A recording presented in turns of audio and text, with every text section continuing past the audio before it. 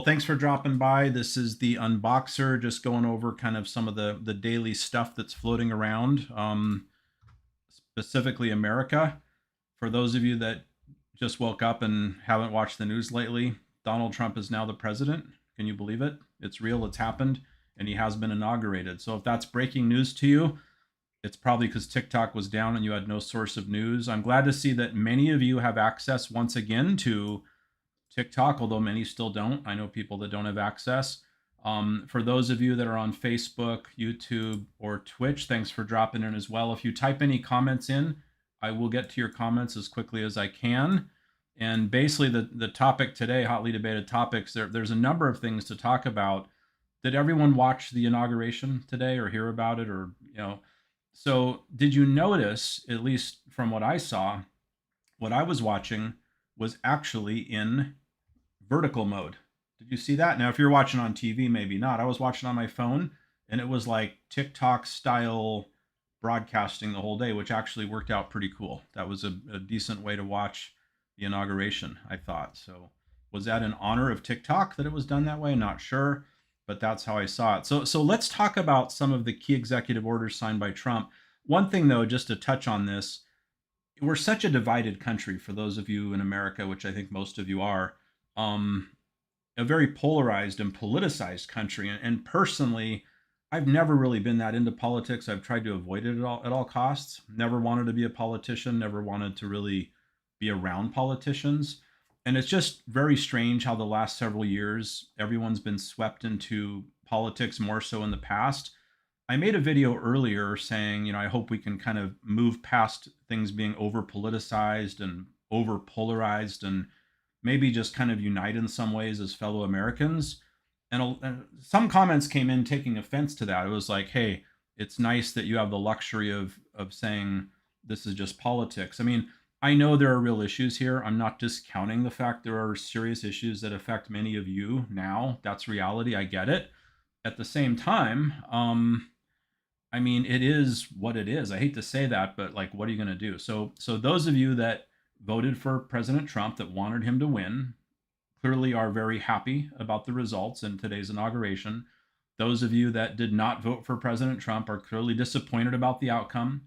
We knew when he was running what he would do, what the agenda was, and those are exactly the things he's talking about doing. So there's not a whole lot of breaking news in terms of Trump's intent, right? I would say.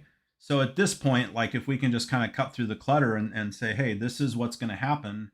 So, everyone has the right to, quote, peaceful protest. Yeah, we can do that. But I still think we can move past politics and get on to other more important things. Are there more important things in politics? I sure hope so. I don't want to talk about politics for 4 years. But let's jump in on executive orders. So one thing that Trump said today was that the federal government of the United States would recognize two genders, male and female, moving forward. What do you guys, I shouldn't say what do you guys, what do you humans think of that? Should I say that? So I want to be politically correct. What do you all think? What words can I even say without crossing the lines of DEI? What do you think about that? Only two genders, male and female. That's about as binary and polarized. See, here I go, binary. That's not, I didn't mean non-binary binary. I mean binary from like a computer science view, as in like, ones and zeros. So you're either for it or against it. But that's one thing. A lot of the DEI type of maneuvers that have been made are probably going to be undone. So let's go over executive orders signed by President Trump today. And there's still time for more. So buy one, take one. So immigration and border security, we all knew about that, right? That's no surprise. And I don't mean to make light of important things, but hey, this is something we knew would happen. And honestly, we need to secure the border. I think we all get that and agree with that. Like, there are a few comments that came in. People are telling me, hey, we should have open borders. Just having borders lets the government control people. I don't know. I've seen some comments like that. I really disagree. If we opened America's borders, do you know how many people we would have in America? Like, entire populations of certain countries would come here tomorrow. Like, we'd probably have 1 billion people. Talk about the homeless population we have now. Wait for that. So we need border security.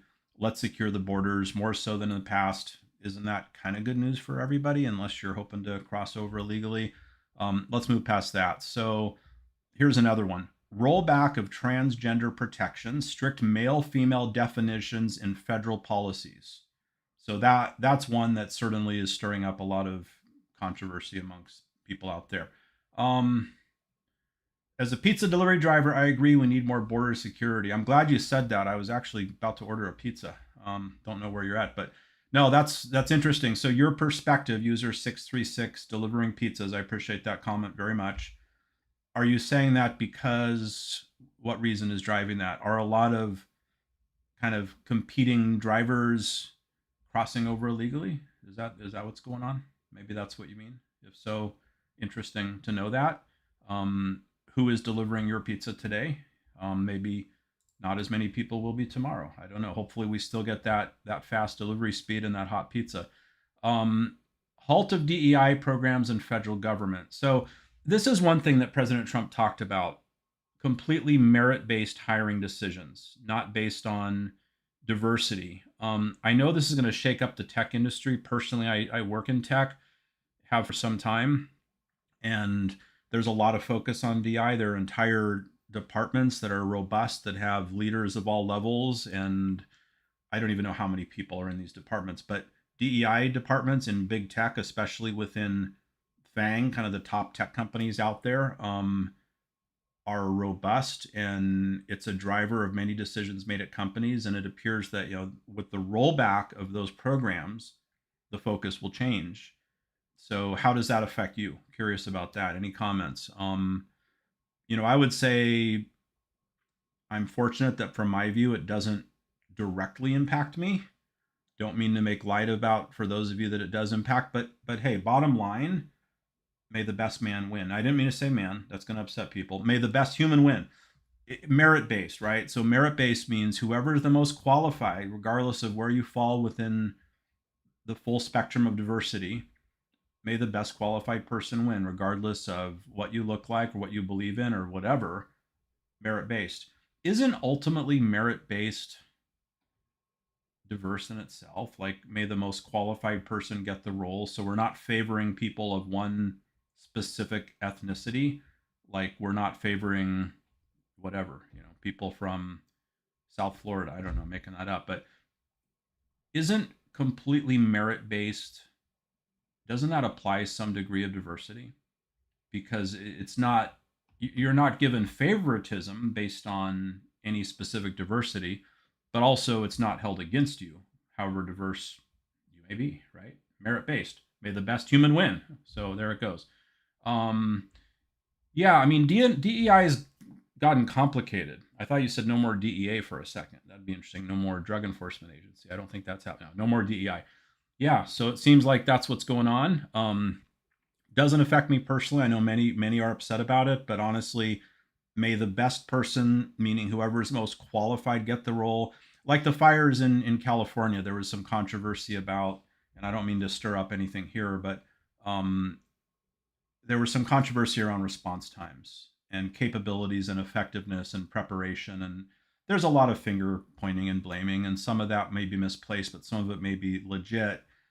And the fire chief of LA County happens to be specifically a lesbian. And the topic, and I watched a story on this, was essentially, is she there because she's the most qualified fire chief? Probably yes. I would assume so, and I'm optimistic, and I would hope so. Or is she there because they needed a diverse fire chief? And she may be the most qualified fire chief within that little realm or big realm of diversity. So I just hope the best person gets the job, whoever they are and whatever category they fall into. That's all cool, right? But let's get the best people in these roles regardless of whatever. I don't care whatever it is. I just think we need merit-based. And so I agree with that point for what it's worth to y'all. Environmental policies. Okay, so President Trump signed an executive order, as he did last time in office, which seems like yesterday. Withdrawal from the Paris Climate Agreement. So that's happening. Now, there is some pushback from states. 20 plus states in America are basically saying, hey, they're going to participate regardless. How much impact will it have? Well, I mean, we don't want to see the climate change anymore. So let's see what happens there. But I'm not an analyst of the Paris Climate Agreement. I'm sure there's some bureaucracy and red tape involved. We do need to obviously protect the environment in certain ways and try not to facilitate increased global warming. I mean, we can't just all move to Mars tomorrow. Like maybe Elon's going to build that out for us over the next few hundred years, but I doubt in our lifetimes we'll be like going to Starbucks on Mars. So we do need this planet to last a lot longer. So whatever the case, yeah, there's a comment from Minotaur. Donald Trump thinks climate change is a myth. Yeah, I mean, and he's definitely said that. Does he think it's a myth, or is it just not good for business to acknowledge it? I don't know. But in any case, hopefully we make progress there regardless of the Paris Climate Agreement. Maybe we'll sign the American Climate Agreement. I don't know. Declaration of national energy emergency is interesting. Part of that is accelerated drilling and production of oil and gas. What do you all think about that? I mean, the bright side is that drives a lot of money and revenue for America. The not so bright side is, our national parks still protected? Are we going to be drilling right in the middle of everyone's favorite national park? Probably not, but hopefully not. So Minotaur, another comment. Why would you want someone in office that never says what he means? I'll never understand it. Yeah, well, fair point. Fair point. I do like straight shooters that say what they mean and what they believe, and but I hate to say this. This is one of the most ridiculous things to say. It is what it is. But Donald Trump will be our president for the next 4 years. Will it only be 4 years? That's a whole nother topic. Let's see. But yeah, that's quite interesting. So, do all of you think that, like, is there any hope for Americans coming together a bit more in terms of, now that the election is complete, there are Republicans, there are Democrats, there are people somewhere in the middle or to the left or the right, whatever. But at this point, there's no more presidential election. At this point, Trump is the president. So are we able to unite a bit more as Americans and not be as polarized as we've been for the last many years? There are also pardons. There are pardons going out for those that were part of the issue that happened at the Capitol at the last election that wasn't won. So pardons for the non-violent, quote, the non-violent offenders, and clemency for some others. So I know that will upset a lot of people, but that did happen. So okay, if China doesn't, this is a comment from Marcus. If China doesn't participate, it's hopeless. They put about 100 times what every other country does. Yeah, I mean that's a good point, right? And that really is a good point, Marcus. So I guess the thing is, if America's participating in the Paris Climate Accord, and other countries such as China, and I'm sure there are others, are not, does it even do any good? And if it's ineffective, is it worth putting resources there? I mean, I do think resources should be put into climate change, not into furthering climate change, but into curbing it. Is that the Paris Climate Accord? I have no idea. So, but it may not be the best use of time if countries such as China are not participating. Does it matter? I mean, maybe it does. I'm not a climate scientist, fortunately. Okay, so watch your back. I'm not saying that to you guys. I think I can say you guys without offending anyone, right? Okay, so watch your back said, if he mass deports the farm workers and the farms say we'll run out of food. Yeah, so let's see. I mean, I think the question is, how are we going to be prioritizing deportations? I mean, where I'm at, I don't see a lot of people running around the streets that appear to have crossed the border, but I'm a few states away from the border. Do you all see a lot of illegal kind of immigrants from south of the border that are in your area? Depends on where you are. You probably do. I don't see that. So in my area, where are people going to get rounded up? I have no idea. If I was tasked to go round up some people that are illegal, I wouldn't know where to start because I don't see anyone that I think is illegal. But I'm sure on farmlands, yeah, that's a thing. Will that be the focus? Let's see. I mean, I think that there is a case here. There's always a case for a small, very small degree of optimism, no matter how upset you are that Trump won and that he's our president. That's often the case. I mean, with any election, a lot of people vote for someone that loses and vote for someone that wins. And just like you watching a whatever your favorite sporting event is and your team loses or your team wins. I mean, it happens. This has a lot of impact. It's not a sporting event. I realize that. I know I'll get negative feedback saying that it's like a sporting event, but the fact is it's over. It's done. It happened. So at this point, can we, should we try to be optimistic and hope for the best? Hope that kind of the dark side that many of us fear and the bright side that many of us hope for will somehow fall in the zone of being acceptable to the masses. Like, those of you that are very critical of Trump, of which there are many millions, what if he does better than you expect? And those of you that are supporters of Donald Trump, what if he doesn't deliver on all the promises? I think he'll deliver on many. It may be hard to deliver on all. And there's a chance that many of you that are very critical of Trump, maybe he won't do as much damage as you think he will. So the bright side, if there is one, is let's see how it goes. Let's see what the heck happens. This could end up better than our worst nightmares, and not as bad as some expected, and better than others did. Okay, here we go. Watch your back. Most of the housekeepers in Vegas, and okay, and check-in time will be the next day. So yeah, housekeepers. The last event I went to in Vegas, I think you're probably right about that.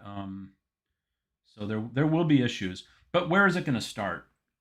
I think one of the concerns I just have is there's going to be a lot of pressure on federal agencies to get immediate results as far as rounding up and deporting illegal immigrants in America, and I'm not quite sure where they're going to find them all.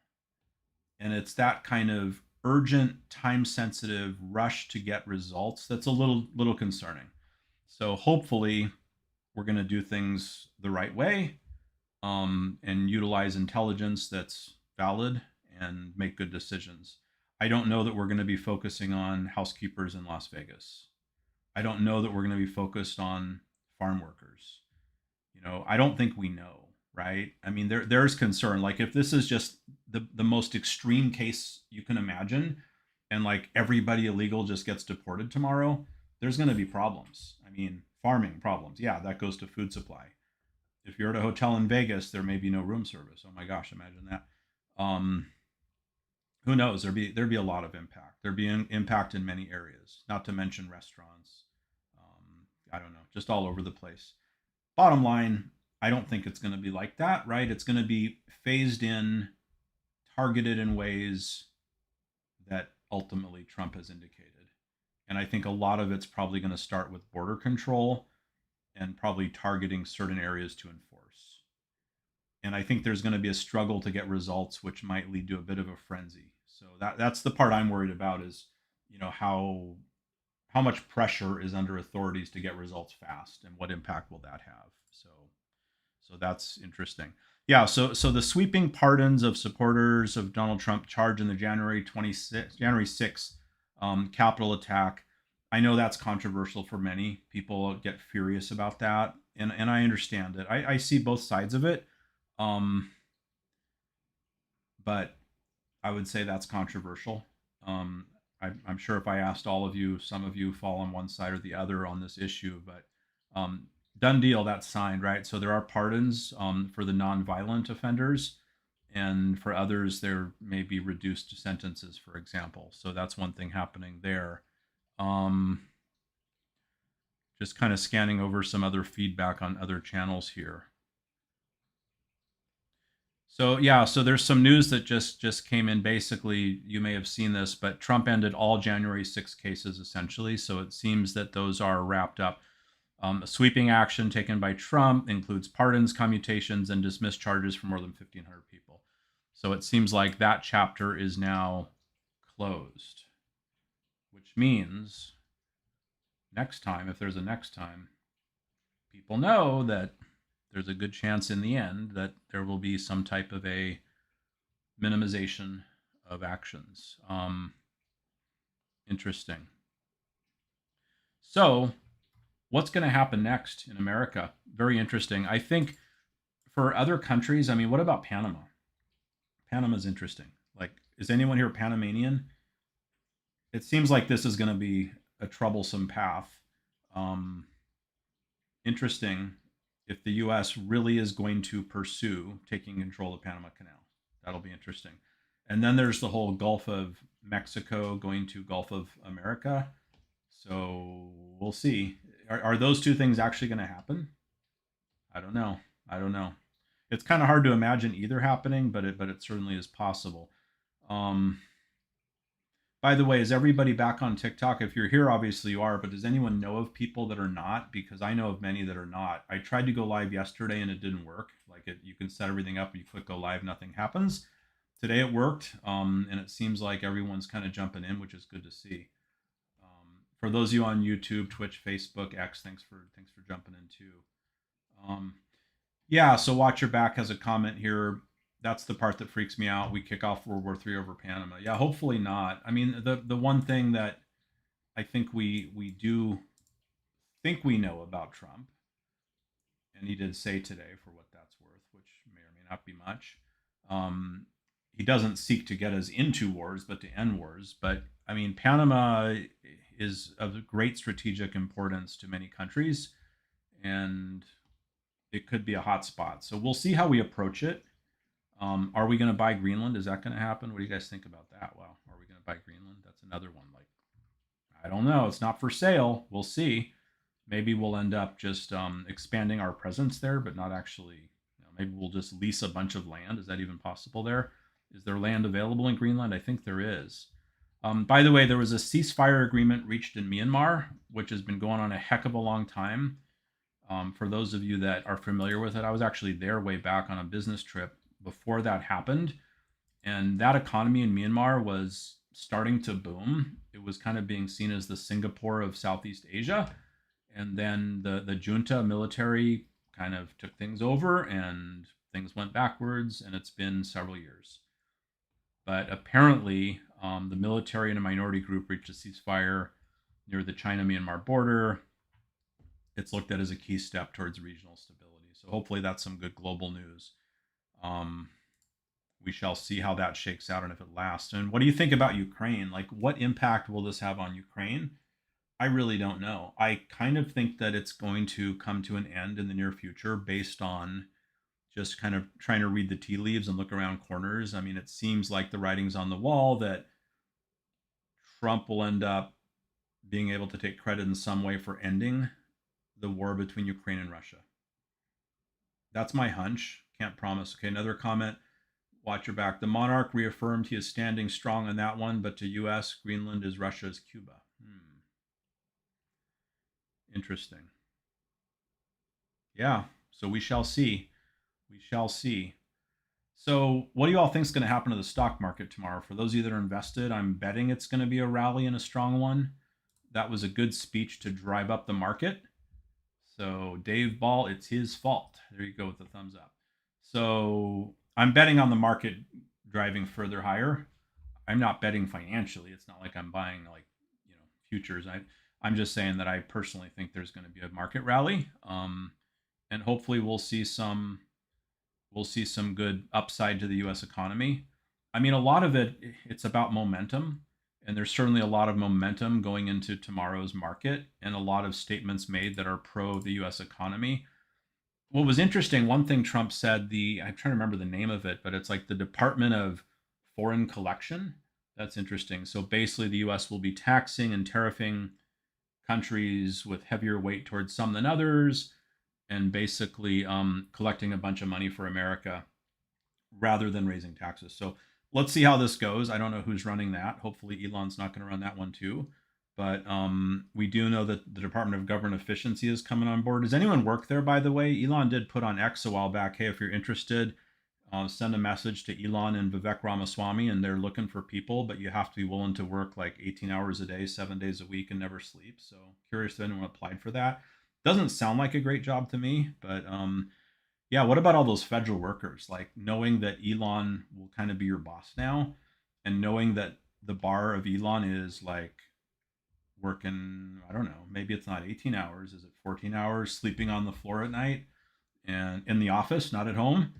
And that's the deal. So, and talk about return to office. Wow. So what are all those federal workers going to do? Are any of you federal workers? Federal workers have moved regionally in areas where they may not be close to offices. So One way to eliminate a lot of workers, as tech giants have also found, is you simply make people do things they don't want to do, and eventually they quit. So a lot of federal workers will probably exit based on return to office, right? So that will be impactful in terms of Department of Government efficiency as kind of a first move. And that's a done deal effective immediately. So that'll be a bit of a cleanup. Okay, so Truth 007 Seeker said must be liberal. Don't know who you're referring to there. Looking up in comments. They used America for way too long. Trump, best president ever. Truth 007. Did you buy the Trump coin? Yeah, I've heard about the Trump coin. I just heard about that today. And it's like $ Trump. Is it's like Strump? Is that what it is? $Trump. No, I haven't bought the coin. I wouldn't know where to start. Do any of you use Coinbase, or how do you buy crypto? Anyway, it seems like crypto is a good place to be right now. And I'm not sure about the Trump coin. You know, how much, what is it valued at? I haven't bought the Trump coin yet. Not sure if I will. I did have Bitcoin, but I sold way too early. So no, none at this moment. Okay, so any other questions, type them in. I'm just checking other channels, see if there's questions. I think we're live on other channels too. Yeah, so I mean, I would just say that my hope in all of this, my sincere hope, is that I try to keep my discussions as non-political as I can without giving my position that puts me in one side or the other. I definitely have opinions. One opinion I feel very strongly about is prioritizing US citizens when it comes to employment. I talk about that a lot. I don't mean to be a broken record, but I'm constantly seeing a trend where foreign skilled labor is being presented by the media as like ultra talented, brilliant, having these unique edge skills that are not present in America, bringing in these kind of geniuses from overseas to fill US roles in engineering.